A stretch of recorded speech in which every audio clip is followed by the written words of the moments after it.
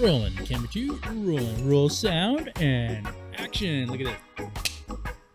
It's official. It's official now. Put it down. This is like $250. You say $250 for these things? We're in the wrong business, Kaipo. I'm going to stop selling. I'm done selling hats. I found my next idea. Movie clappers.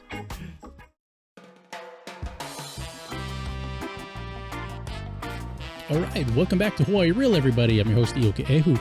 And if you haven't yet, subscribe on YouTube to this channel. It's going to help us grow. And we are here at the Garcia House. And you can find them on Instagram at Garcia House. It's H-A-U-S. And yeah, support the house.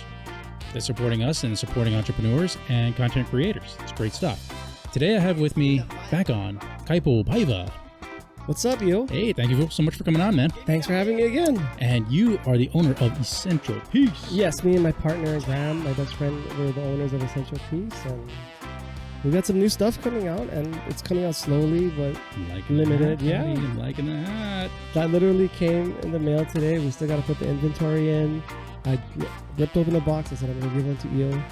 Nice. And we can rock it. Nice. Yes. And where can they find you? Essentialpeace.com, but it's spelled a little different. Yeah, it's spelled ESNTLPCE.com. It's right on top of the hat, and no underscore in between. Just one word, ESNTLPCE.com. All right, and I'll put that website in the link in the comments, in the description, everything below. So go ahead and check that out if you're listening to the podcast on Spotify or iHeartRadio or Apple Podcasts. You're going to find it in the description below. But I wanted to bring Kaipo on because, not just because he has an awesome business going, and he's a city and county worker, but also an entrepreneur where he started his own business selling hats and awesome masks. But we were having like this conversation via text message with, it lasted like, 45 minutes over the course of like several days too, right? Yeah, it happened. I got one from you. How are you doing? Yeah.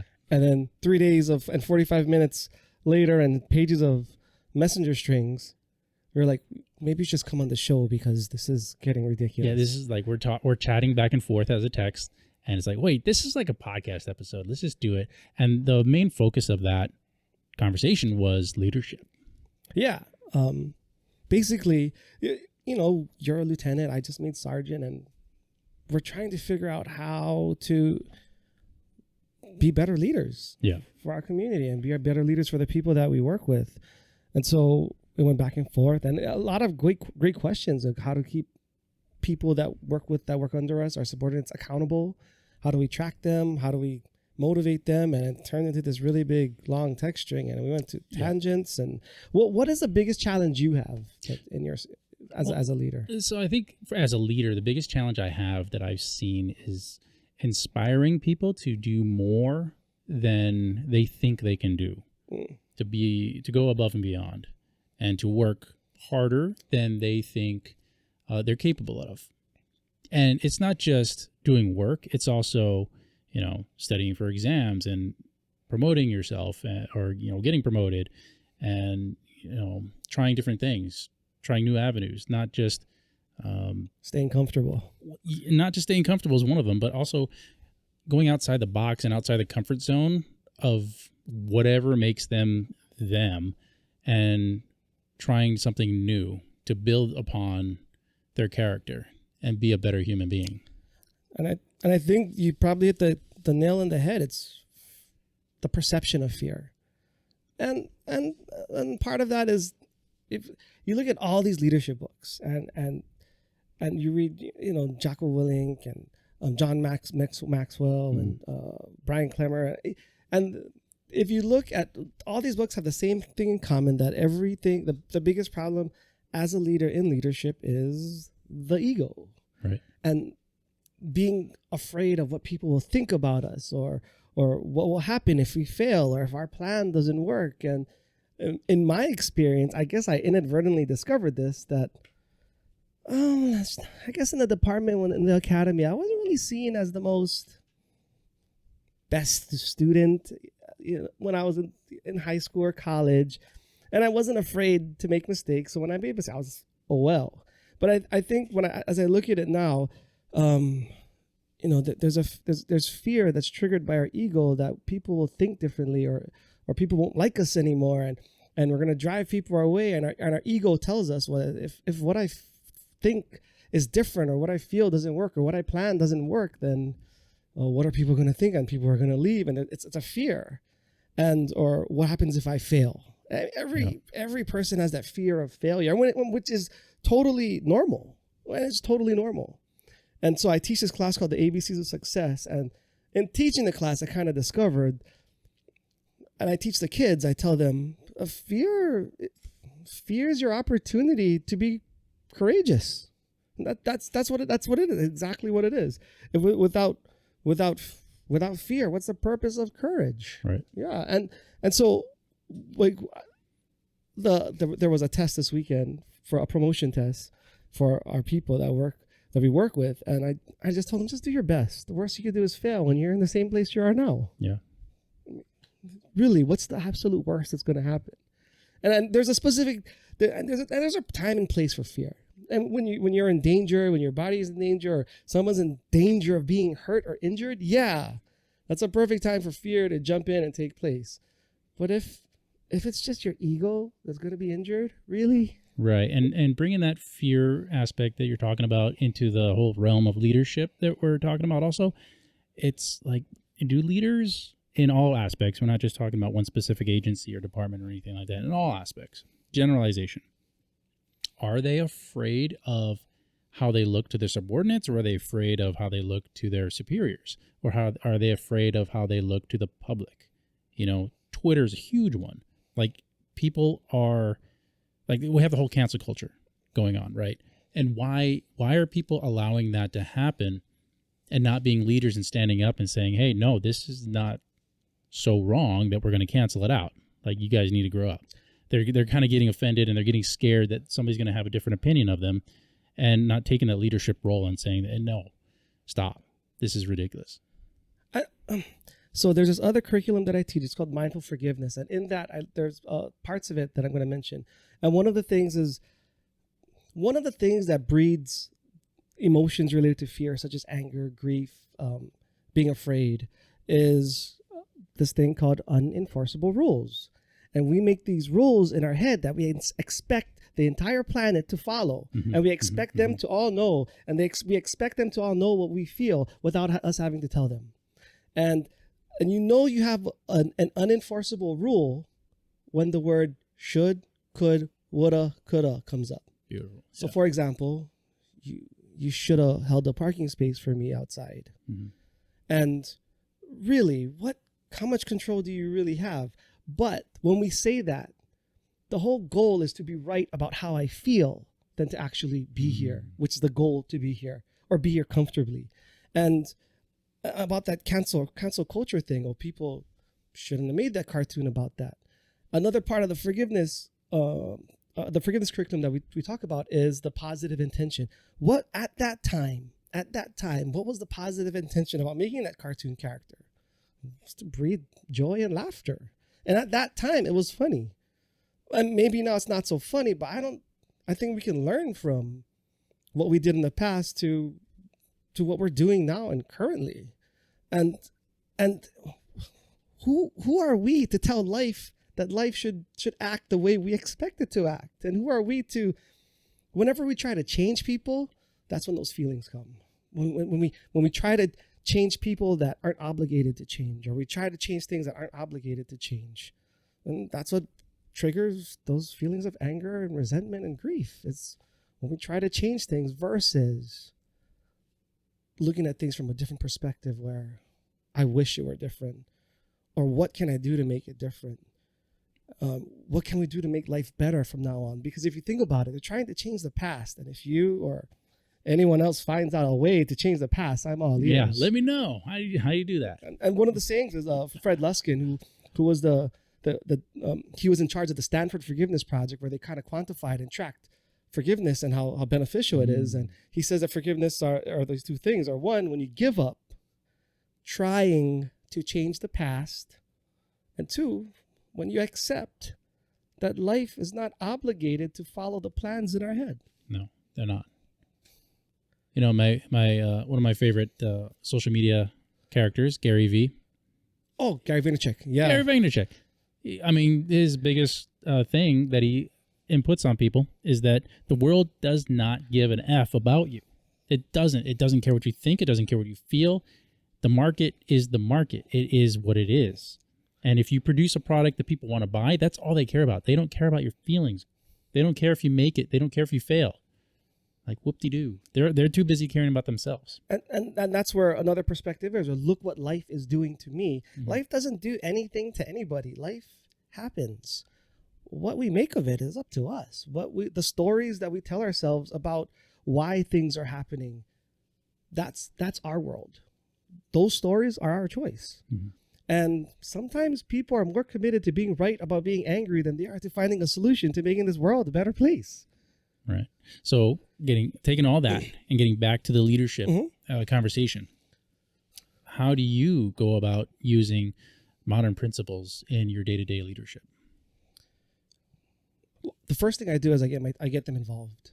I give ownership, and I tell my team, I said, well, we've been given this task, and this is what we want to accomplish. The reason why we want to accomplish this is because we want to accomplish that. When we accomplish that, this affects everything else.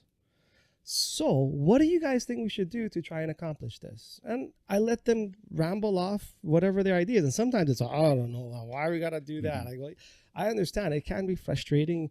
I'd be frustrated if I was you too. And I acknowledge their emotions and how they feel about it. And then I tell them, well, what could we do to get this done in the best way possible that benefits us, the community, and everybody? Because if the community benefits, we benefit. Right. And I listen to them. And I don't tell them their idea is stupid or dumb. I don't think any idea is stupid or dumb.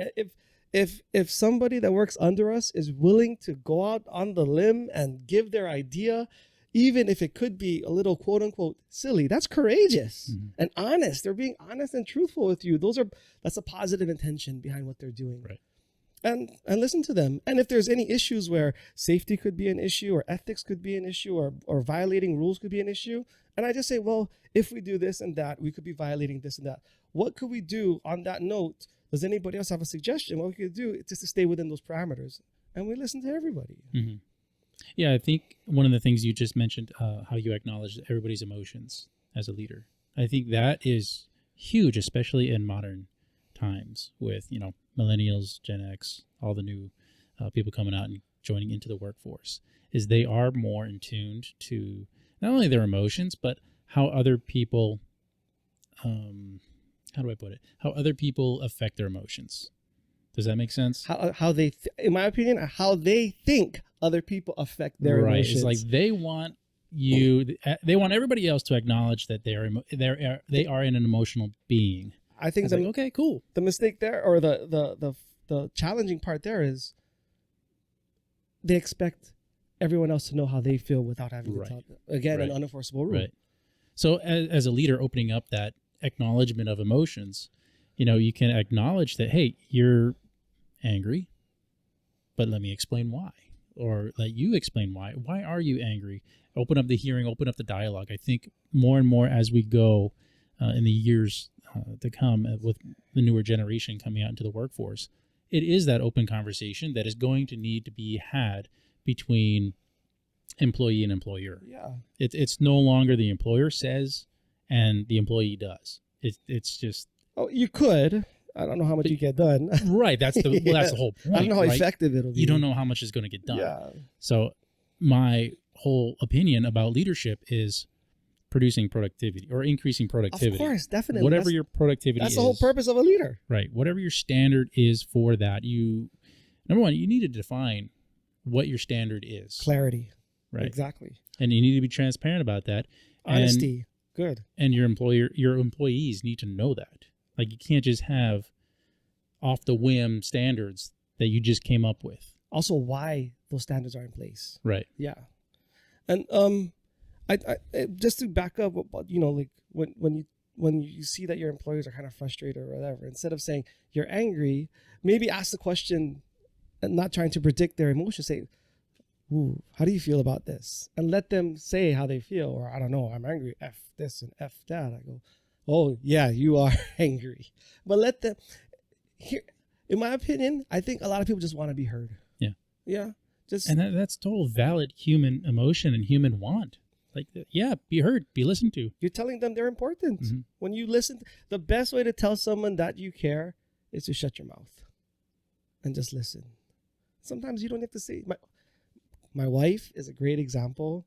So I do this life coaching thing. I have this life coaching gig too, and I kind of doing more group. Anyway, so I had this habit of when she came home, she'd like, and vent about work, and I'd go into coaching mode and say, and finally she kind of put me in a place. She goes, you know what? I don't need to be coached about every single thing that you do.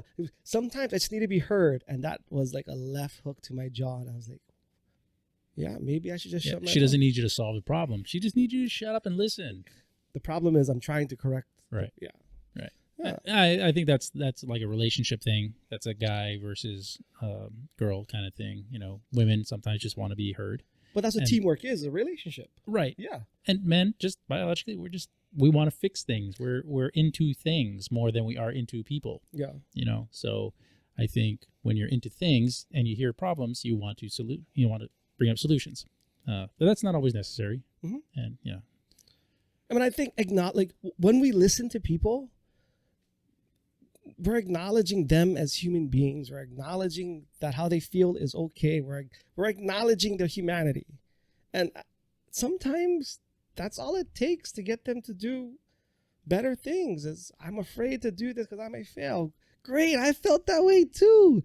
What's the worst thing you think that can happen? And let them throw up and come up with every excuse. And then sometimes when part of the forgiveness curriculum that we do is we tell them to write it out about what's the worst case scenario of that, and they start writing it out, and you're right, because I was a student once and I was writing it, and it's like, it kind of sounds like a comedy routine after a while. It's like the things that I'm afraid of, it sounds like a cartoon. I'm really, that's what I wrote. And once they hear themselves say it, and maybe the fear or the thing that I'm afraid of is not really so reasonable. I mean, it'll take a lot of things for this really, really, really, really, really bad result to happen.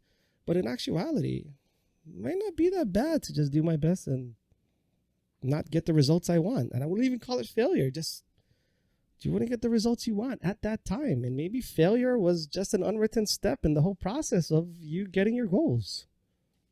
So you had a test you were wanting to run. I mean, not a test, but kind of a questionnaire. Yeah. A lot of leaders get stuck. Leaders sometimes get stuck in not knowing how to inspire, motivate, or communicate with their subordinates. And if you're a leader, that you have subordinates, because if you, it's maybe the question is the mind-boggling question: are you still a leader if no one's following you? Right. You have to have at least one, right? Yeah. Or you have some kind of authority over people. That's why I think every police officer every police officer is a leader in some way, because when they go into a scene, they have authority there. Sure. And so they're a leader. You have to have leadership qualities to show up on the scene and take charge, basically, right? You're going to take charge of the scene. You take charge of the public that's there. Yeah. You take charge of other officers that show up. Yeah. And so sometimes we get stuck in not knowing what to do. We get all these skills and people get trained, but leaders don't get trained for every single situation or to solve every problem, especially when it comes to the subordinates that we lead. Mm-hmm.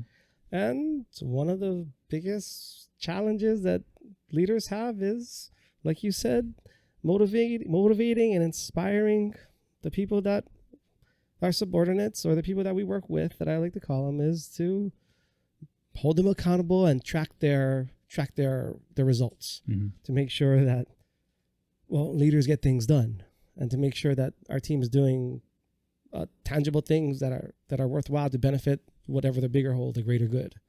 And sometimes leaders get stuck. So I do this exercise, and I did this.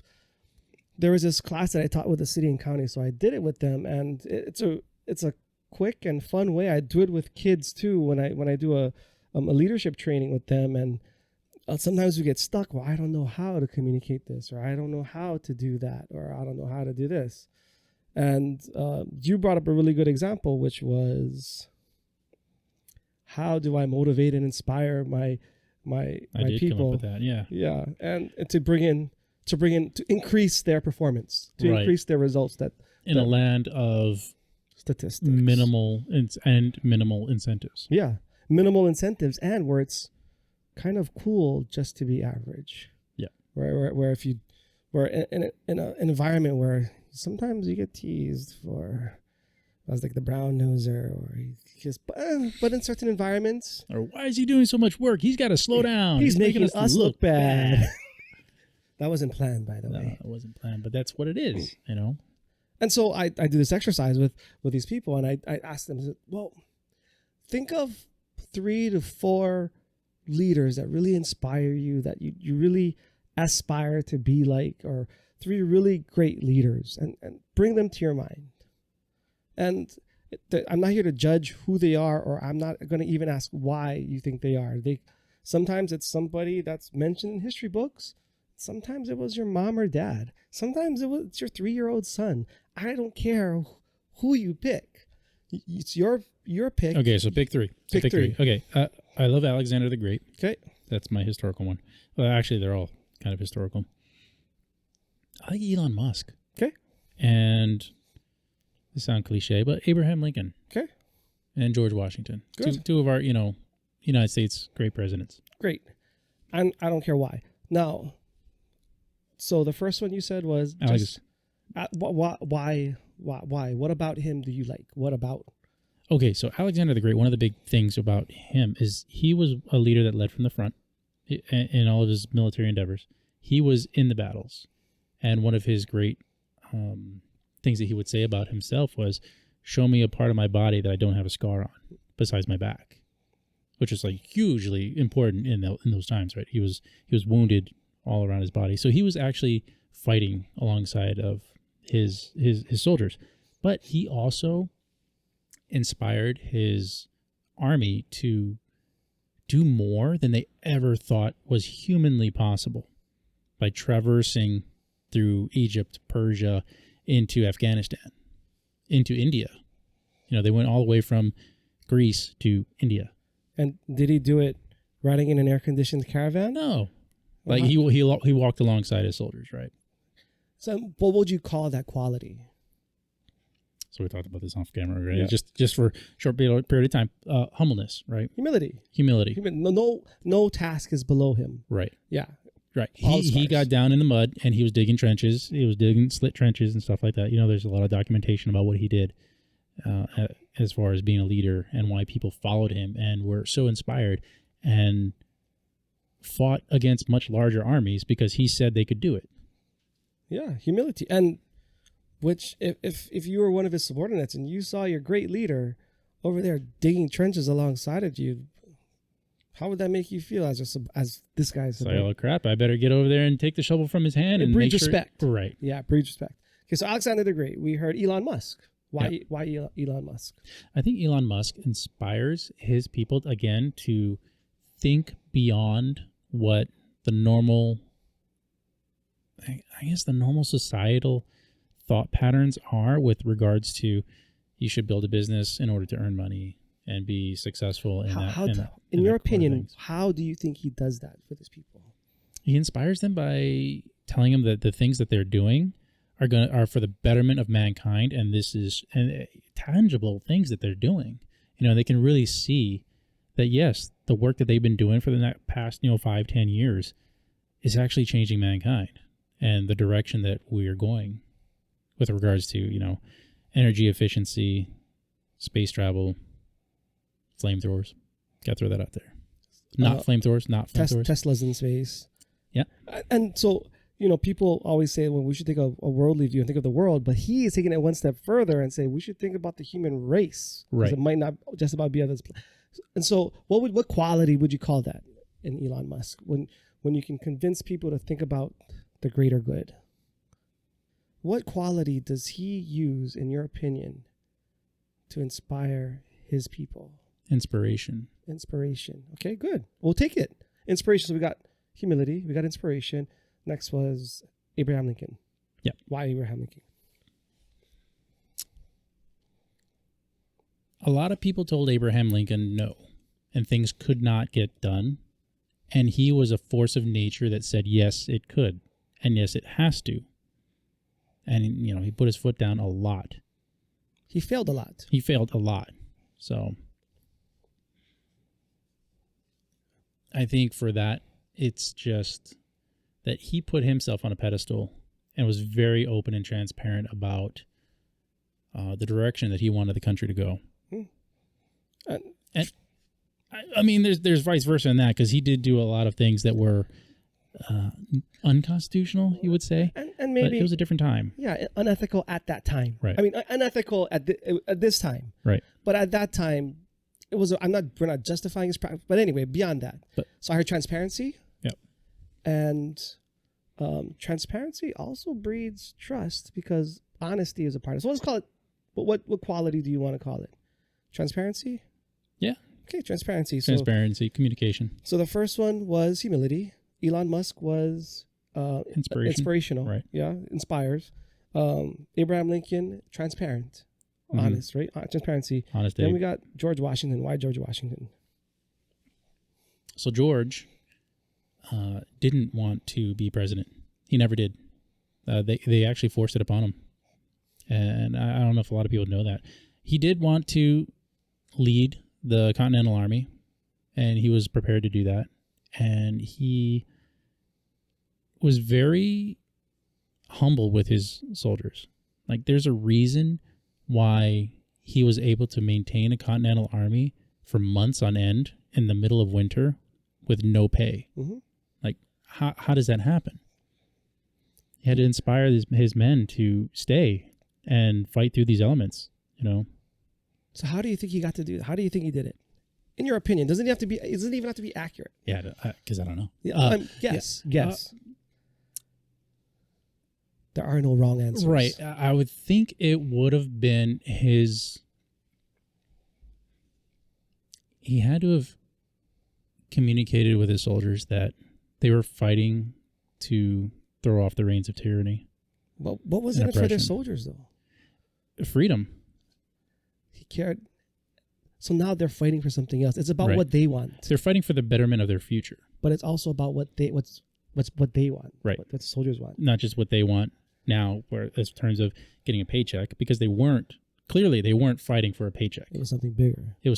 They were fighting for their lives, their child's lives, their grandchildren's lives. So, in essence, he got them to fight for something that they wanted. Yes. Which is not hard to get somebody to fight for to do. And so, in theory, he cared about his people. And so let's take these four qualities. We got Elon, we got Alexander the Great, Elon, we have Abe Lincoln, and we got George Washington.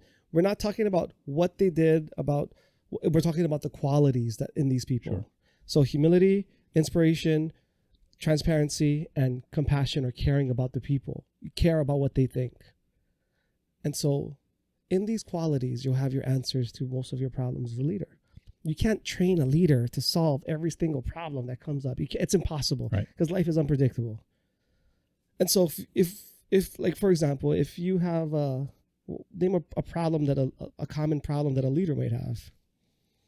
Lazy workers. Are they really lazy? Uninspired workers. Okay, there's a difference. Yeah. There's a difference. And sometimes uninspired could be lazy. Mm-hmm. Could look lazy. And so you have this worker, and then what now, boss? Oh, I got to put the clip from the Office. Not the Office, Office Space. When he's talking to the two Bobs. Yeah. So like, no, he's not lazy. He's just uninspired. You just haven't challenged him enough. Which is true. Right. Which is true. Why would a person be lazy?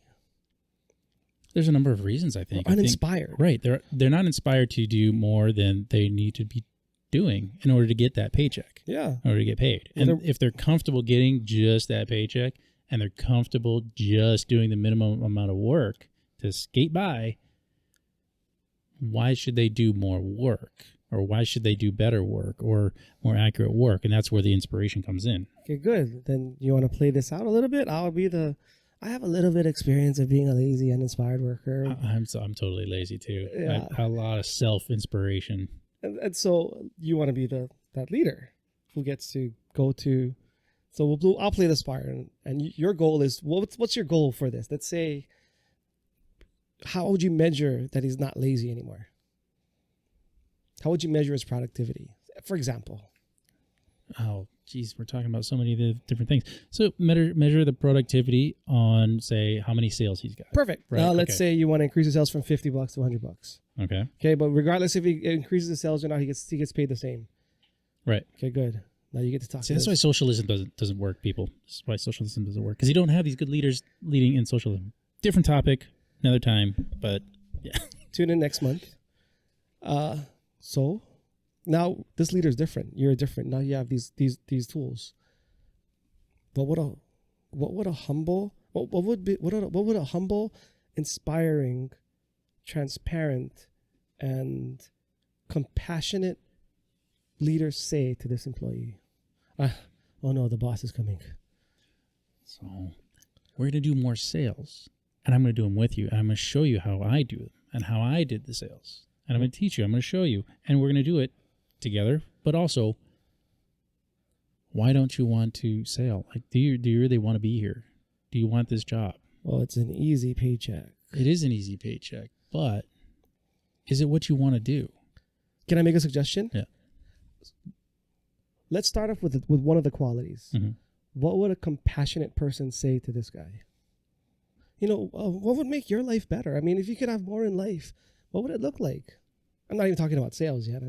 Right. I mean, what do you want for you in your life? Right. I mean, so that falls into incentives. Yeah. Right. No, getting to know them. Right. Because if we know what they want, it's like what would incentivize you to do more work or to do better work? Yes, but now it's not about this is what I want you to do. This is what I want to help you accomplish what you want. Yeah. Through increasing the sales. It's hard. It's not hard. It's different. It's a skill. It's like hockey. You take me to the hockey's hard, bud. It is. it is. But how many times did you fall the first day? I don't fall.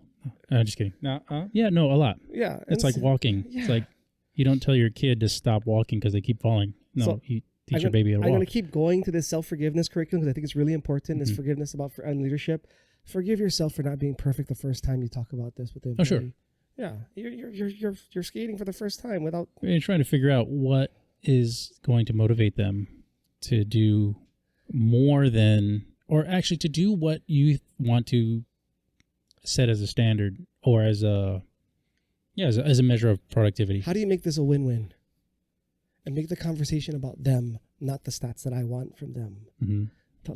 Get to know them. Like, how are you? What school did you go to?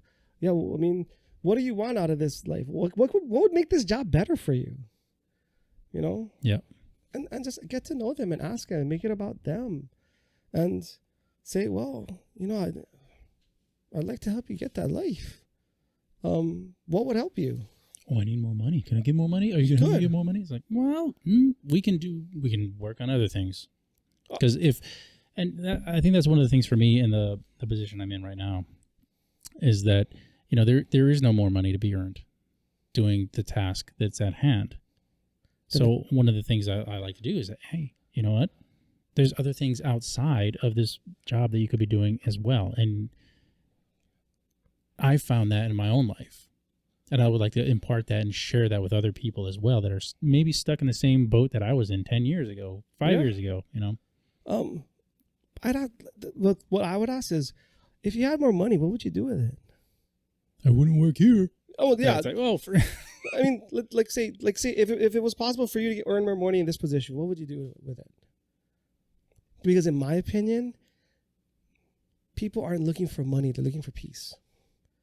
They're looking why do you want more money? So I can buy this, and when you get this and that, then what? Are you happy? Then I'll be happy. But actually, they want to take that feeling of want away. And if you think about it, every human being wants that feeling of peace. That was a great work that we just did right there, even though it was kind of back and forth. And I think I probably got to edit a little bit of that because it was meaning and lying a little bit. But it's great to open up your mind and see the problems from the outside. And I liked how you brought it in and showed me like different perspectives and stuff like that. So that was really good. I wouldn't call it problems either. It's it's stuff that it's like skating again. It's like learning how to skate when you don't know how to skate. That's Right. all it is. It's just something new and different. Right. And what thinking back to the whole leadership thing, one of the things I really wanted to bring out on this leadership episode is be the leader that you wish you had. I think that's a great quote. I think it's effective and important in every aspect. If you're leading people, make sure that you're doing so in such a way that if you were that employee, you'd be okay and you'd be totally satisfied with the job that you're doing. If I was in my employees or my subordinates' position, what would I want my leader to say to me? Right. Yeah, it's simple. And pretty much that was the whole thing. You hit it on the head right there. All the 18 minutes we did before, you just did it right there in like one sentence. Yeah. So with all of that, and you have these other classes and stuff that you do host, but you've also come out with a brand for the hats and the masks and the T-shirts and stuff that you do, Essential Peace. Where did that stem from, and where is that going? So Essential Peace, when the pandemic first started, and only essential workers can go to work, and essential workers go to work, and the word essential just kind of stuck in my mind. And Essential Peace, when they had all the riots just prior to COVID happening, and I went to this leadership workshop, and they did this exercise to help you find your purpose, and I guess I found it there, and I believe my purpose in life is to help create peace, and maybe not all at once where I can create peace in the whole planet all at one time, but maybe it's about creating peace in one person at a time. And essential peace it's a dual meaning, that we are all essential pieces to creating peace. Peace is essential, and we're all essential to creating peace. Right, little puzzle pieces. Yeah, and the shield. It's not about attacking. It's about protecting one another and another. And so this is probably my favorite saying. I was trying to come up with, everybody has that one saying like better every day. Eric Yamashita, the bodybuilder, he's really, really great brand, super nice guy. I know him from way back. And I wanted to come up with something. And I thought to myself, I came up with a saying, and I was like, if there's one thing that Hawaii can offer to the rest of the planet that would probably make the planet a better place and get us closer to peace, it's aloha. Mm-hmm. And if you define aloha, it's everything. It's just about sharing love. It's forgiveness. It's resilience. It's just sharing love without any expectation of return. Right. So that's where you get aloha essential. It is. I mean, I think aloha is a essential part to leadership. I think it's being compassionate and forgiving when our subordinates or even our plans don't go the way we plan, and forgive yourself and just move forward. What can we do to help our people that are willing to do what we ask for, and what can we do to help? And it's all about giving, and true giving doesn't expect anything in return. And so that's why I share. That's why how my brand came up, is that we're all essential to creating peace, an essential peace. I think that's a great analogy where you bring in the shield and you're talking about, defending each other and one another. And there's no doubt there's evil out there. I mean, God bless all the people that lost their lives and all the families in Boulder, Colorado. And there are people out there like us who go out every day and defend our community. And it's all about defending and preserving life and people, and sharing love and peace. And I think that conflict happens when it starts inside of us, and the people that cause conflict are probably the ones that have conflict within themselves. And in the classes that I teach, the professional development classes that I teach, it's all about helping people find peace within themselves. And life storms, and it's like a hurricane, and in the midst of every hurricane, there's always one place that's calm, and where it'll be most peaceful. And that's the eye in the middle. And just like life's problems, a hurricane doesn't last forever. It starts and it dies. Same thing's like our problems. It starts and it goes away. And where we get into trouble is when we're in that swirly part But there is a way to find peace and all of that. And sometimes maybe we just got to take a break and breathe and take some time to ourselves to observe what's going on. And I think when we find that calm, it's a little bit easier to find the solutions to our problems instead of just trying to be right about how angry we are. I find that in the shower. That's fine. That's like perfect. on the day to day, you're breaking down, your day. Every day is a little bit of a hurricane for me sometimes. Hey, you get in the shower, down dress, and turn on that water, hot water, take hot showers. For some reason, I get like some of my really good thought processing thinking goes on and happens in the shower. It's just calm, peaceful. Yeah, and everybody deserves that. Yeah. Go ahead. Well, I think just touching back on the shower is like, that's the time for me to really focus on myself. Like I'm focusing on myself. Like you're in the shower. Everybody, you're in the shower, right? You're washing yourself. You're taking care of your own body and your own mind. And you're kind of renewing your soul in a way. So, and like a mindfulness practice or meditation, I started and I was like, that's weird. But it really, the days that I do get it in, I'm trying to get it to be a daily practice. And the thing about mindfulness is forgive yourself when you miss. And it's about creating a practice, not about being perfect. Mindfulness is a practice, not a perfection. And so if you look at there's this really good book called Tools of Titans. And if you look, there's this one section where all of these successful people, what they all have in common is that they practice mindfulness daily, whether it's 1 minute, whether it's 10 minutes or 20 minutes. And it's pretty much just calming your mind like you're in your shower and just breathing and letting thoughts come and go and letting it pass. And when there's life storms and we get into situations, and sometimes, well, Buddha said sometimes the best action is inaction. And when it comes to police work, I think that could be a little bit hard to comprehend. But when it comes to leadership and trying to solve problems, sometimes it's not about us having to do something and pushing back. Maybe it's just, well, let's hold on and take a pause. But you can go on any app or you can go on YouTube and find a mindfulness practice and start with 1 minute and see how you feel. But that's 1 minute that you have to yourself every day. And I do it in my car when I sit outside the gym before I go and work out. And you're not listening to this podcast. Yeah. And it started off with 1 minute, and now I'm up to 10, and it only took me 3 years. But it's not about being perfect. It's about practice. It's like leadership. Leadership is not a position. It's a practice. A leader is a position, and leadership can be done from anywhere. That's a good one. Leadership is not a position. It's a practice. I like that. Because you're right. If you don't have followers, are you really a leader? And just because you are in a position, does that automatically make you a leader? Because you can be in a position and have employees under you and not, you're responsible for them, but does that make you their leader? By definition, yes. But Jocko Willink, Extreme Ownership, and he's a great author, Navy SEAL. I even met one of the guys that worked in his unit.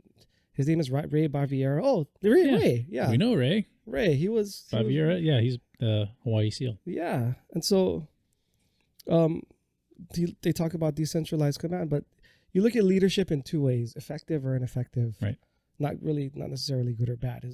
Are they being effective or not? Are they accomplishing the goals and missions that were presented to them? And depending on the corporation or whatever leadership there is, are they fulfilling the mission and goals of the business or the team?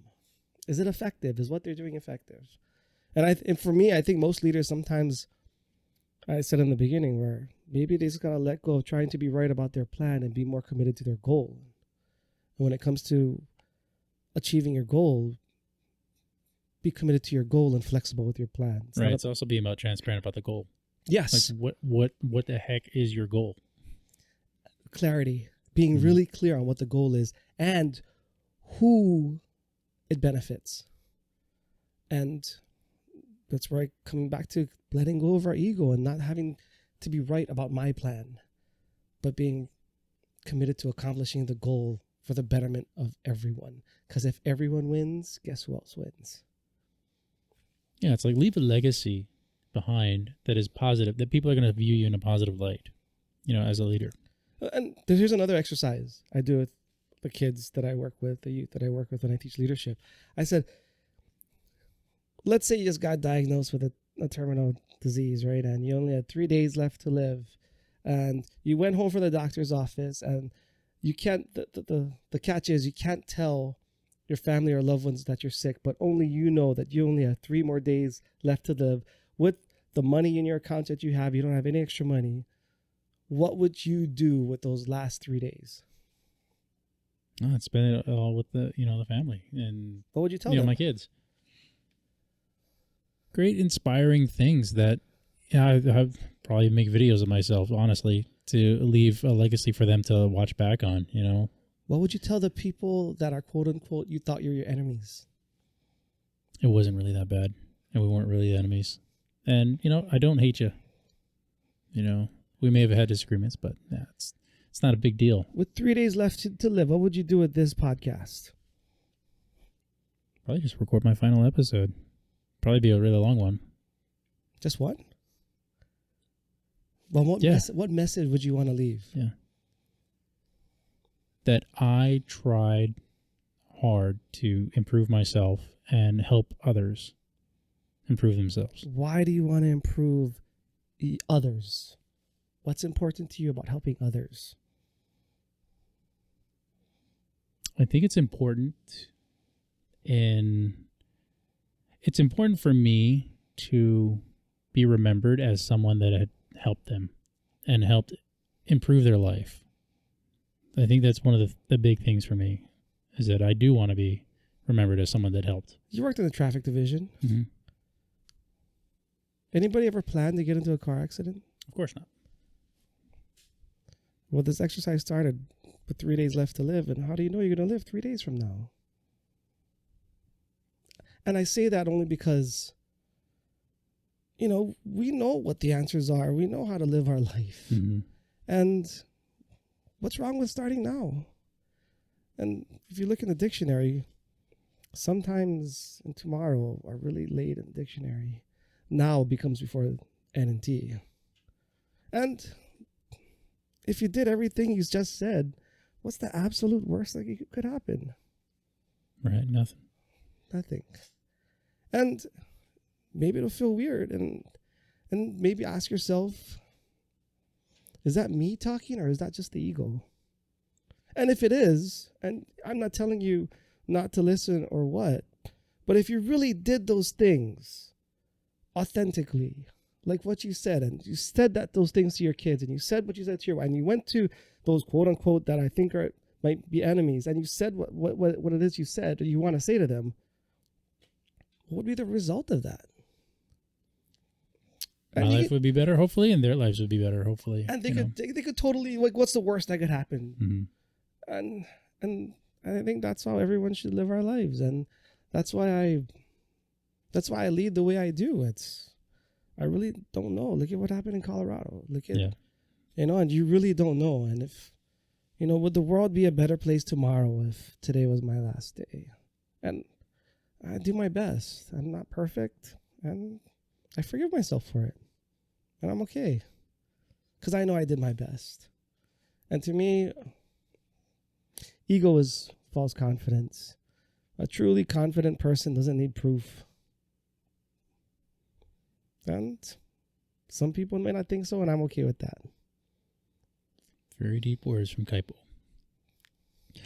All right, man. Well, we're coming to the close of this episode. Any final last words for everybody? I appreciate you having me here again, brother. And we always have great conversations. It's very inspiring. And yeah, you're a really great talker.